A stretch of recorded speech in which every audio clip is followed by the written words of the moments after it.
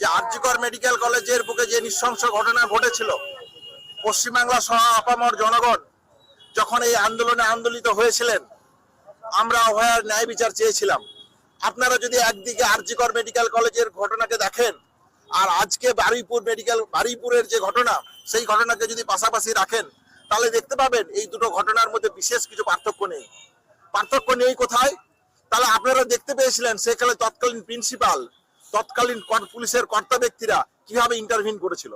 আজকে আপনারা দেখতে পাচ্ছেন এলাকাবাসী, গ্রামবাসী তারা দুষ্কৃতীদেরকে ধরে থানায় নিয়ে আসছে, আর শাসক দলের ঘনিষ্ঠ নেতারা তারা থানা থেকে ছাড়িয়ে নিয়ে যাচ্ছে। তাহলে সেখানে পুলিশের যা ভূমিকা ছিল, তৎকালীন প্রিন্সিপালের যা ভূমিকা ছিল, শাসক দলের যা ভূমিকা ছিল, আর আজকে এই ঘটনাকে কেন্দ্র করে সেই ভূমিকার চিত্র কি এক নয়? তাহলে যদি এক হয়, তাহলে প্রয়োজনটা কি? প্রয়োজন হচ্ছিল, আমরা জানতে এসেছিলাম যে আপনারা কি সেই পুলিশ কি আজও সেই সেম পুলিশই আছেন না? পুলিশের মধ্যেও ন্যূনতম পরিবর্তন, মানবিকতা, মূল্যবোধের সঞ্চার, নতুন পরিবর্তনের সরকারের আমলে কি কিছু এসেছে? তাহলে আমরা সেই জানতেই যিনি থানার ইনচার্জ ছিলেন তার সাথে দেখা করেছিলাম। তিনি অত্যন্ত হতাশ করে যে কথা বলতে চাইলেন, তিনি বলতে চাইলেন আমি 1 ঘন্টা মাত্র চার্জ নিয়েছি। এই ঘটনা সম্পর্কে বিশদ আমি জানি না, আপনারা সংবাদ মাধ্যম সূত্রে যা জানেন আমরাও তাই জানি। আমরা সুনির্দিষ্টভাবে দুটো প্রশ্ন জানতে চাইছিলাম যে আপনাদেরকে যে সংবাদ মাধ্যম সহ এলাকার মানুষ যে কথা বলতে চাইছে, আমরা যা জানছি যে তারা এলাকার সিসিটিভি ফুটেজ থেকে শনাক্ত করে থানায় নিয়ে এসেছিল, আপনারা কি তা ছেড়ে দিয়েছিলেন? এই নিয়ে আপনার মত কি, আপনার বক্তব্য কি? এটা কি সত্য না মিথ্যা? তিনি বলতে চাইলেন তোমরা যা শুনেছো আমিও তাই শুনেছি, এর বাইরে আমি কিছু জানি না। শাসক দলের ঘনিষ্ঠ তারা কি এই ঘটনার সাথে প্রত্যক্ষ পরোক্ষভাবে জড়িত? তারাও সেখানেও তার বক্তব্য যে এই নিয়ে আমি বিশেষ কিছু জানি না, আমি তো 1 ঘন্টা এসেছি।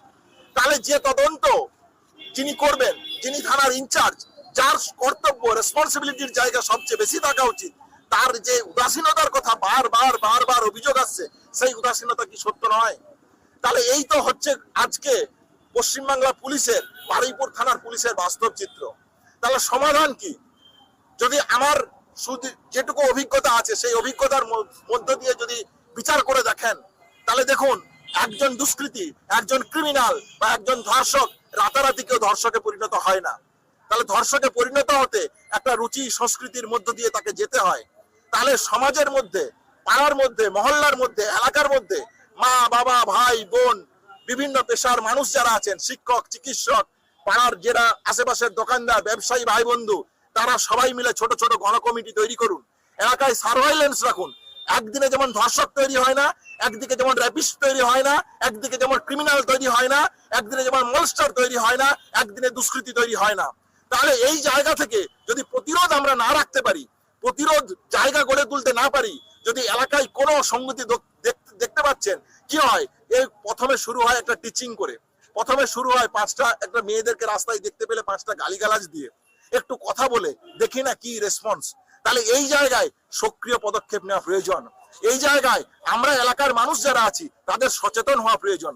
তাহলে এইটা হচ্ছে 1 নম্বর দাবি, যেটা আমাদের নিজেদের করা উচিত বলে আমি মনে করি। পাশাপাশি 2 যে কথাটা বলতে চাই যে কেন এত বিক্ষোভ, কেন এত ক্ষোভ, মানুষ কেন নিজেরা সিসিটিভি দেখার পর থানায় দিচ্ছে, তারপর দুষ্কৃতীদের খুঁজে নিয়ে আসতে হচ্ছে? তাহলে প্রশাসনের প্রতি মানুষের বিশ্বাসযোগ্যতা কোন জায়গায় পৌঁছেছে, এইটা আমাদের ভেবে দেখতে হবে। তাহলে এই জায়গা থেকে প্রশাসনের শিক্ষা নেওয়া উচিত যে এই ধরনের ঘটনার ক্ষেত্রে 0 টলারেন্স তারা নেবে। তারা এইরকম উদাসীনতার, ক্যালাসনেসের পরিচয় দেবে না। আমি 1 ঘন্টা আগে এসেছি, আমি এই ঘটনার কিছু জানি না, আপনারা যা জানেন আমরাও তাই জানি। এই যদি বাস্তব চিত্র হয়, তাহলে তো সত্যিই তো ন্যায় বিচার কোনো না কোনো ভাবে ক্ষমতার অলিন্দে থেকে চলে যায়। আমরা দেখেছি তৎকালীন ঘটনার ক্ষেত্রে কলকাতা পুলিশের সিপি তদন্ত করছিলেন বিনীত গোয়েল, আমরা দেখেছি সিবিআই তদন্ত করতে এসেছে, আমরা দেখেছি সুপ্রিম কোর্ট এই ঘটনার নাকি মনিটর করছে, তারা day to day live status দিচ্ছে। তাহলে সেই ন্যায় বিচার আজ কিভাবে প্রশাসনে পরিণত হচ্ছে? তাহলে এই যদি বাস্তব চিত্র হয়, তাহলে প্রশাসনের দিক থেকে সক্রিয় পদক্ষেপ যদি না নেওয়া হয়, তাহলে মানুষের এই বিক্ষোভ, মানুষের এই ক্ষোভ বাড়বেই। তাহলে দুটো জিনিস অত্যন্ত সুস্পষ্টভাবে আমি আপনাদের কাছে আবেদন রাখছি। 1, পাড়ায়, মহল্লায়, গ্রামে গঞ্জে যেখানেই যেভাবে থাকুক, জাতি, ধর্ম, বর্ণ নির্বিশেষে রাজনৈতিক রং ভুলে গিয়ে এই ধরনের ছোট ছোট গণকমিটি করে এলাকাগুলোর উপর সার্ভাইলেন্স রাখা উচিত। নারী পাচার হচ্ছে কিনা এই ঘটনাগুলোর উপর তদন্ত রাখা উচিত, চোখ রাখা উচিত আমাদের। পাশাপাশি প্রশাসনকে বাধ্য করা, প্রশাসনের এই উদাসীনতার দিক থেকে বেরিয়ে আসা। আমরা নতুন পরিবর্তনের সরকার পেয়েছি, তাহলে নতুন পরিবর্তনের সরকারে যদি দেখা যায় যে অভয়ার ন্যায় বিচারের সময় তৎকালীন সরকারের যে ক্লাসনেসের চিত্র আমরা দেখেছি, টানা থানার যে ক্লাসলেসের চিত্র আমরা দেখেছি, এভিডেন্স টেম্পার এবং ইনভেস্টিগেশনকে হাসাব করার কেন্দ্র করে যা আমরা দেখেছি, তাই যদি দেখতে হয় তাহলে কেমন পরিবর্তন। তাহলে প্রশাসনকে জিরো টলারেন্স যদি না নেয়, তাহলে এই ধরনের ঘটনার সুনির্দিষ্ট সমাধানের পথে যাব না। তাহলে এই দুটি আবেদন রেখে আমি আমার বক্তব্য শেষ করলাম।